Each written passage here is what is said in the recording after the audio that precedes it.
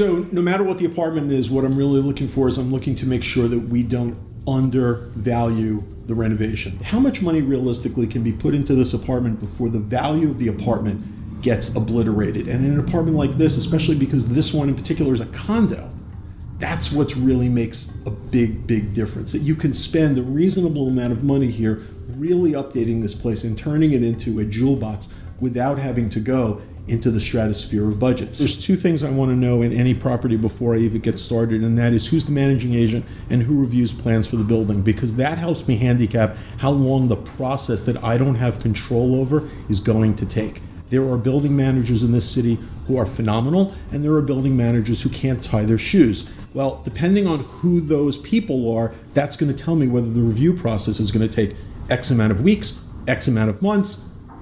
It hasn't taken years, but it can be an arduous process. The second part is who's reviewing plans for the building, because if the people reviewing the renovation plans for the building are pragmatic and want to assist renovations, that's going to short circuit the amount of time that's needed. If they're looking to generate fees, that's going to elongate the process. If we're talking about townhouses, air rights, landmarks, neighbors, you name it. There's a whole plethora of things that can make a project go easier or more difficult.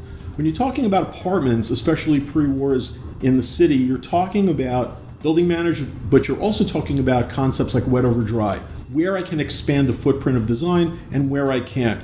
Powder rooms. There's a ton of people who are buying apartments and they hope that the people who put a powder room in downstairs, that means they can put a powder room in. That doesn't necessarily mean the case. So this whole footprint you approach as designing it rather than just saying the kitchen is here, this whole thing can be blown out and you get a modern layout rather than little pieces of rooms. But because you have all the wet, 99 times out of 100, the building's going to allow you to use this whole footprint for the kitchen.